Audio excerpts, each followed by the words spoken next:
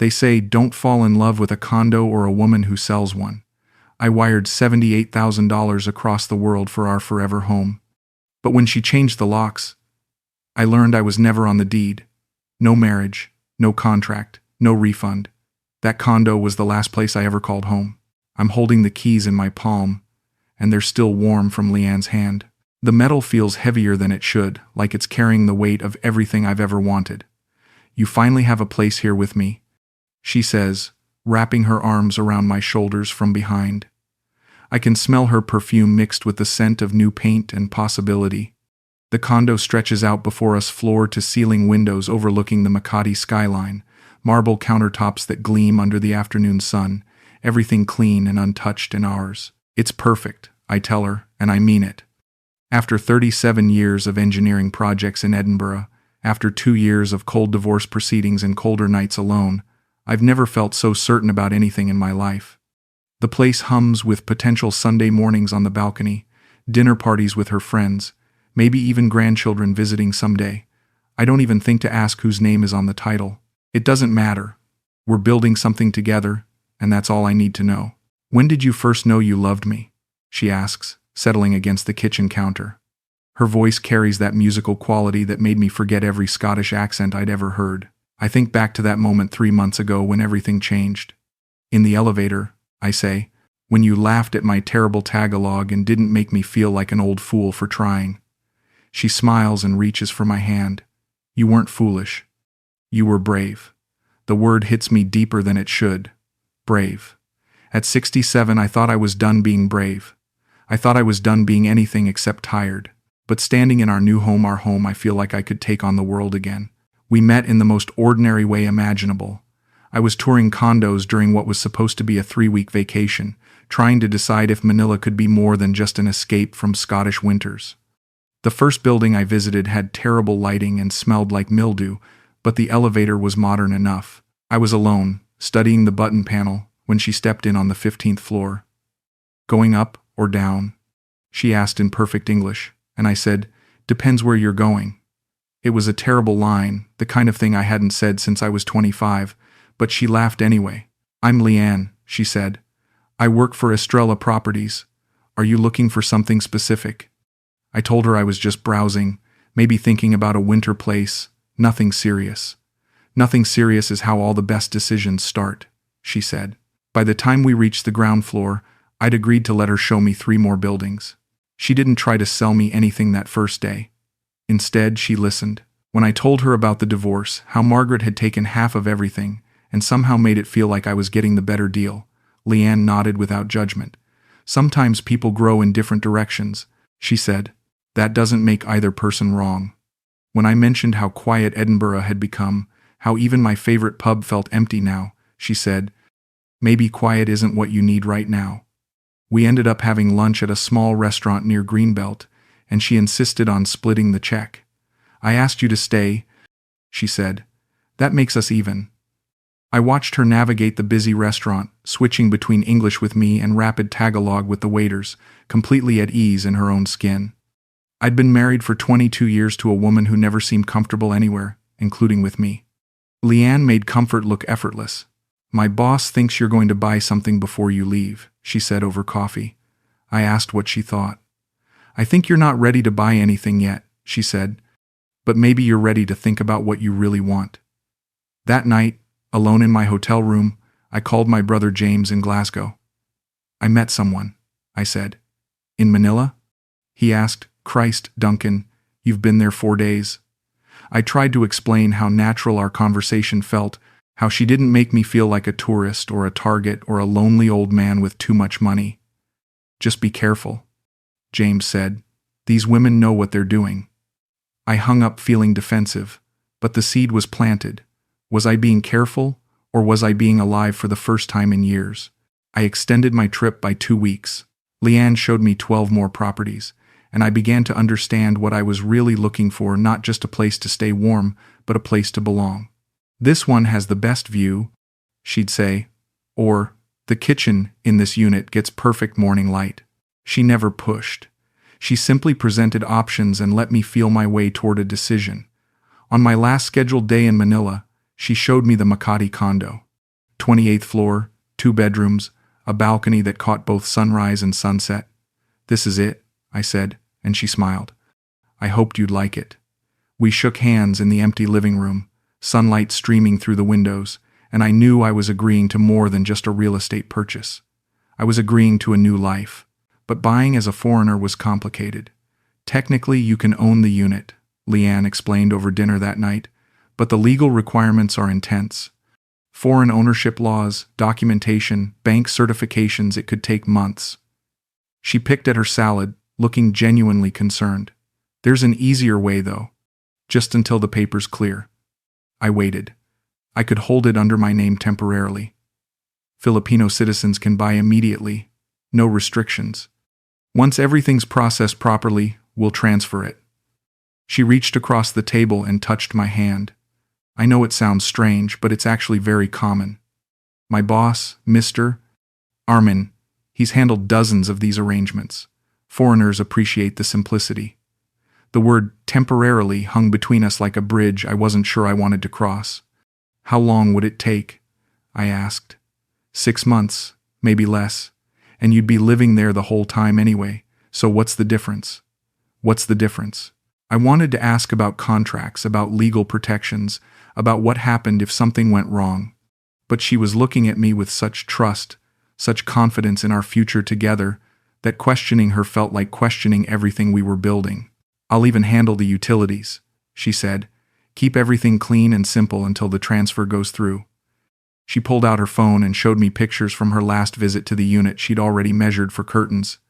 Picked out paint colors, started planning our life there. I want this to work, Duncan. I want us to work. I signed the wire transfer authorization that night.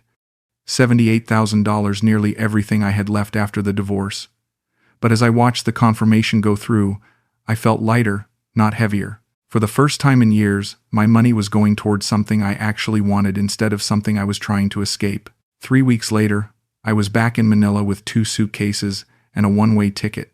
Leanne met me at the airport with coffee and a smile that made the 14-hour flight feel worth it. Ready to see home? She asked. The word home hit me differently this time, not as a destination but as a feeling, something we'd created together through choices and trust and shared dreams. The taxi ride to Makati felt like victory lap. I've been staying there a few nights, she said. Making sure everything's perfect for you. The idea of her caring for our space while I was gone, of her already making it ours instead of mine, filled me with a warmth I'd forgotten was possible. The first month was everything I'd imagined and more. We fell into routines that felt both new and familiar: morning coffee on the balcony, afternoon walks through the business district, evening conversations that stretched until midnight. Leanne knew everyone in the building, the security guards, the maintenance staff, the other residents, and she made sure I felt included in that community. This is Duncan, she'd say. He's my boyfriend from Scotland. He's an engineer. The word boyfriend made me feel ridiculous and wonderful at the same time. At 67, I was somebody's boyfriend again. I was half of something larger than myself. But small things began to shift. Leanne started staying out later, claiming property viewings and client dinners. The market's really picking up, she'd explain, coming home at 10 or 11 with takeout and apologies.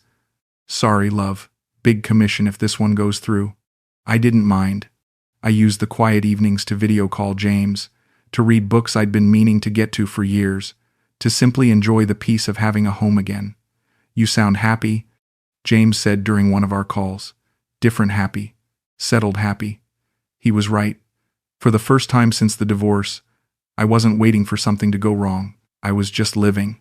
Then I came home early from a visa extension appointment and found a man smoking on our balcony. He was young, maybe 35, wearing expensive jeans and a polo shirt that looked like it cost more than my monthly pension. Oh, he said when he saw me, not particularly surprised. You must be Duncan. He spoke English with an American accent, confident and casual. I'm Ramon, Leanne's cousin. He extended his hand like we were meeting at a dinner party. She mentioned you'd be back soon. I shook his hand and tried to process the situation. Cousin. Smoking on our balcony, making himself at home. She's not here, I said. Could be late. He took another drag from his cigarette and gestured toward the city lights. Nice view from up here. You picked a good spot. Something about the way he said "you picked" felt off, like he was complimenting a hotel choice rather than acknowledging our home. How long have you been here? I asked.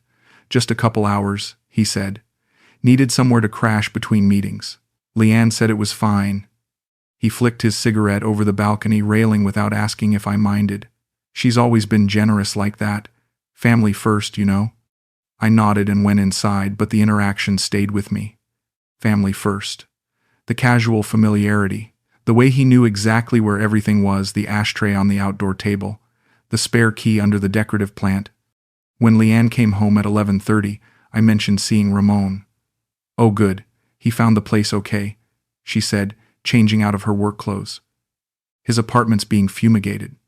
Needed somewhere clean to meet clients. She kissed my forehead and headed for the shower. You don't mind, do you?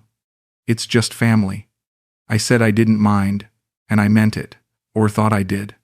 But that night, lying in bed while she slept, I kept thinking about how naturally Ramon had moved through our space, how easily he'd made himself comfortable in what I'd thought was our sanctuary.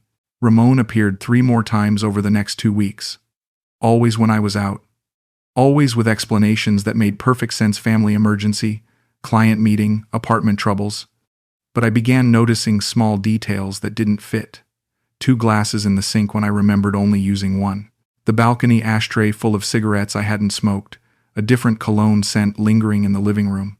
Your cousin seems to need a lot of help, I said to Leanne one evening, trying to keep my tone light. Ramon's going through a rough patch, she said. His business isn't doing well. I'm the only family he has here who's stable. She looked at me with gratitude. Thank you for being understanding. Not every man would be okay with this. Her appreciation made me feel petty for even mentioning it. Of course I should be understanding. Of course family came first. But the feeling of unease settled deeper into my chest, a low-grade anxiety that I couldn't shake no matter how much I reasoned with myself. The morning everything changed started like any other. Leanne left early for a client breakfast, kissing me goodbye and promising to pick up groceries on her way home. We need to talk about weekend plans, she said. Maybe a trip to Baguio? You've been working too hard on that visa stuff. I had been spending long hours at government offices, trying to extend my tourist status until we could figure out a more permanent arrangement. The bureaucracy was exhausting, but I didn't mind. It felt like building something solid, creating the legal foundation for the life we were creating together. I spent the morning at the Bureau of Immigration, then treated myself to lunch at a restaurant near the Embassy District. By 3 o'clock, I was ready to go home and surprise Leanne with flowers I'd bought from a street vendor. Small gestures, I'd learned, meant everything to her. But when I got to our building, my key wouldn't turn. I tried it twice, thinking maybe I was tired or distracted. Nothing. The lock mechanism wouldn't even engage. Sir? The security guard, Miguel, approached cautiously. Is there a problem? I explained that my key wasn't working, that maybe there was something wrong with the lock. Miguel looked uncomfortable. Sir, ma'am, Leanne said you moved out this morning. She changed the lock at 11. The words hit me like cold water. Moved out. Changed the lock. Ma'am, Leanne said. There must be some mistake. I told Miguel. I live here. This is my home. He shook his head sympathetically. Ma'am said you had disagreement. She said you took your things and left. I stood in the lobby holding flowers and feeling like the floor was dissolving beneath my feet. Other residents walked past, people who knew me, people who'd seen me coming and going for months. Their eyes registered my suitcase, my confusion, my sudden homelessness. I was 67 years old, standing in the lobby of my own building, being told I didn't belong there anymore. I called Leanne 17 times. Every call went straight to voicemail. I sent text messages, confused at first, then worried, then desperate. What's happening? Please call me. Where am I supposed to go? Nothing. I sat in the building's coffee shop until closing time, sure she'd appear with an explanation, an apology, a key. She never came. At 9 p.m., I checked into a budget hotel 6 blocks away and tried to make sense of what was happening. Maybe there was a miscommunication. Maybe Ramon had said something that confused her. Maybe she was protecting me from something I didn't understand. I fell asleep clutching my phone, waiting for it to ring. The next morning brought one message: let's take space. I need time to think.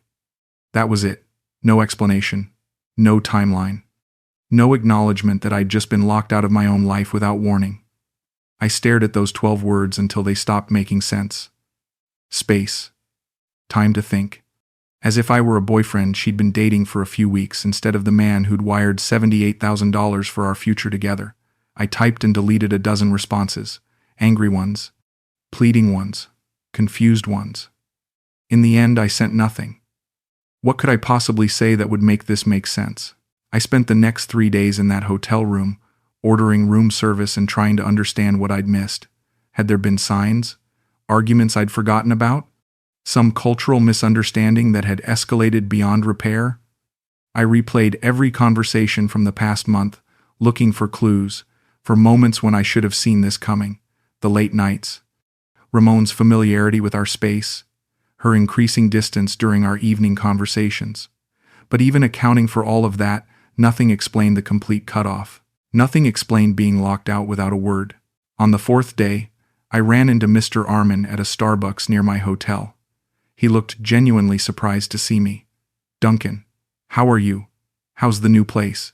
I told him what had happened, the changed locks, the silence, the complete abandonment. His face changed as I talked, shifting from confusion to something that looked like pity. "Oh no," he said quietly. "Oh, Duncan." He sat down without being invited. "I need to tell you something. This isn't the first time." The words settled between us like stones. "What do you mean?" I asked. "Leanne, she's done this before. 2 other foreigners that I know of. Same setup, temporary ownership, same promises, same disappearing act." He looked genuinely sorry to be telling me this. "I thought you knew." "I thought it was different with you." The coffee shop noise faded into background static. Same setup, same promises, same disappearing act. "How much did you wire?" he asked gently. When I told him, he closed his eyes. "Jesus, Duncan, I'm sorry. I'm really sorry." That afternoon, I called a lawyer. Attorney Meneses came recommended by the expat community, a small man with thick glasses and 30 years of experience cleaning up foreign investment mistakes. His office was cramped and cluttered, legal documents stacked floor to ceiling like a monument to other people's poor decisions. "Tell me exactly what happened," he said. I walked him through everything: the wire transfer, the temporary arrangement, the promises about paperwork and transfers. When I finished, he leaned back in his chair and studied me with the exhaustion of someone who'd heard this story too many times. "Do you have any documentation? Contracts, agreements, receipts showing joint ownership?" I showed him the wire transfer confirmation, some text messages about paint colors and furniture shopping, nothing that looked remotely legal. "That's what I was afraid of," he said. "Mr. Duncan, let me be very clear. You gifted her $78,000. That's what the law sees. No joint ownership. No temporary holding arrangement. No legal right to the property." He pulled out a form and began filling it out while he talked. "Filipino citizens can own condos outright. Foreigners can too, but with restrictions and paperwork. What you did wiring money to a Filipino citizen for them to buy property, that's a gift in the eyes of the law. It's her asset now." The words hit me like physical blows. Gift, her asset, no legal right. "What are my options?" I asked. "Honestly, very few. You could try to prove fraud, but that requires evidence of intentional deception. Promises made in private conversations don't count. You could sue for return of the money, but she'll claim it was a gift for your shared living arrangement, and the burden of proof is on you." He handed me his card. "I'm sorry, Mr. Duncan. I've seen this before. The system isn't designed to protect foreign investors who make informal arrangements." I walked out of that office feeling hollowed out, like someone had reached inside me and removed everything that mattered. $78,000. 2 years of planning and dreaming. 6 months of what I'd thought was love. All of it gone, not through some dramatic betrayal or explosive fight, but through paperwork I'd never bothered to understand. I was the old fool everyone had warned me I'd become, too desperate for connection to protect myself from the most obvious scam in the book. Foreign retiree meets younger local woman. Foreign retiree wires life savings. Foreign retiree gets locked out and learns expensive lesson about trusting strangers. It was so predictable it felt like parody. That night, I sent Leanne one final message. I'm not angry. Just tell me the truth. I didn't expect a response, but 5 hours later, my phone buzzed. I didn't lie. I just protected myself. You're not from here. You could have left. That was it. 18 words that summed up 6 months of my life. I read them over and over, trying to find some trace of the woman who'd wrapped her arms around me in our empty condo and called it home. You could have left. As if planning a life together was just an elaborate tourist activity. As if loving her was something I could pack in a suitcase and take back to Scotland when the novelty wore off. As if I hadn't given her everything I had, not just financially but emotionally, because I'd believed we were building something permanent. I never heard from her again. No explanation, no apology, no acknowledgement that what we'd had together meant anything at all. Just 18 words and silence. I kept her number in my phone for weeks, sometimes starting to type messages I never sent. What was there to say? That she'd broken my heart? That she'd stolen my retirement? That I'd trusted her with everything and she'd disappeared like smoke? None of that would change anything? None of that would bring back the money or the months or the foolish, beautiful hope I'd felt holding those keys in my palm. I moved my few belongings to a storage locker in Quezon City, boxes of books I'd shipped from Edinburgh, the clothes I'd bought thinking I'd need a tropical wardrobe for years to come, a bottle of 25-year-old Macallan I'd been saving for a special occasion that would never come. Most of it felt like artifacts from someone else's life. The picture of us on moving day, both of us grinning like teenagers. The coffee mug she'd bought me with "World's Best Boyfriend" printed in Comic Sans. The spare key to a condo I'd never see again. I left most of it in the locker. The only things I took were my passport, a backpack, and that single photograph. Not because I wanted to remember, but because I couldn't quite bring myself to forget. I rented a small apartment in Baguio, 2 hours north of Manila. Cool mountain air and the kind of quiet I'd thought I wanted before I met Leanne. The place came furnished: a bed, a desk, a small refrigerator that hummed through the night like company.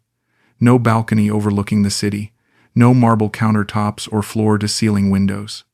Just 4 walls and the space to figure out what came next. For the first month, I barely left the apartment. I ordered groceries online, avoided other expats, spent long afternoons staring at the mountains and trying to understand how I'd gotten everything so wrong. James called twice a week, careful not to say, "I told you so," but somehow managing to communicate it anyway. "Come home," he said during one of our conversations. "There's nothing left for you there." But there was nothing left for me in Scotland either. At least in Baguio, my emptiness felt like a choice rather than a defeat. Slowly, I began to rebuild something resembling a life. Not the life I'd planned with Leanne, but something smaller and more honest. I found a routine morning coffee at a cafe that served terrible espresso but had reliable Wi-Fi, afternoon walks through the small city center, evening calls with James, or solitary dinners at restaurants where nobody knew my story. I met other expats, mostly men around my age who'd come to the Philippines for various reasons: retirement, divorce recovery, second chances that hadn't quite worked out as planned. None of us talked much about our specific disappointments, but we understood each other's presence. We were the guys who'd tried something and failed, but were still trying to figure out what came next. One evening, I was sitting outside my apartment building when a young backpacker asked if he could borrow my phone charger. Finnish kid, maybe 25, traveling alone through Southeast Asia before starting graduate school. "You look like you've been here a while," he said while his phone charged. I told him I'd been in the Philippines for about a year. "Cool," he said. "How do you like it?" It was such a simple question, but I realized I hadn't been asked it in months. How did I like it? Not the story of what had happened to me, not the saga of the lost money and broken trust, just the basic question of whether I was okay where I was. "It's growing on me," I said, and meant it. Different from what I expected, but that's not necessarily bad. He nodded and talked about his plans: Vietnam next, then maybe Thailand, then back to Helsinki to start a PhD in international relations. "Must be nice to have it all figured out," I said. "I don't have anything figured out," he laughed. "That's why I'm traveling." After he left, I sat in the cool evening air and realized something had shifted. I wasn't happy, exactly, but I wasn't actively miserable anymore either.